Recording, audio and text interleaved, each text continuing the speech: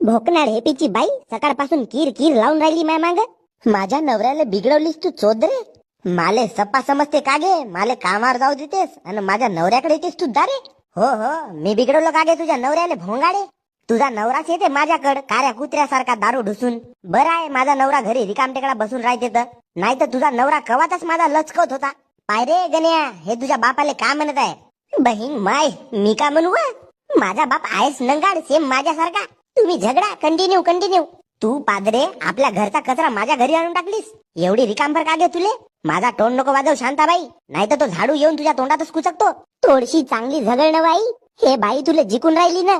बोलल्यामध्ये तू माझं नाव बदनाम करतेस का? मला ते नशे माहित गण्या, हिनं त्या दिवशी घरचा शेण आमच्या घरी येऊन टाकलं. मी ना आपल्या डोळ्यानं पाहिलो. मग का भोक मारायला तू डोळे खोलून पाहत होतीस माझ्याकडे? हे शांताबाईनं माझ्या अंगावर काही आरोप आणते. एवढी खडूस बाई तर मी ना आपल्या जिंदगीमध्ये नाही पाहिलो मा. नाही पाहिलीस तर आता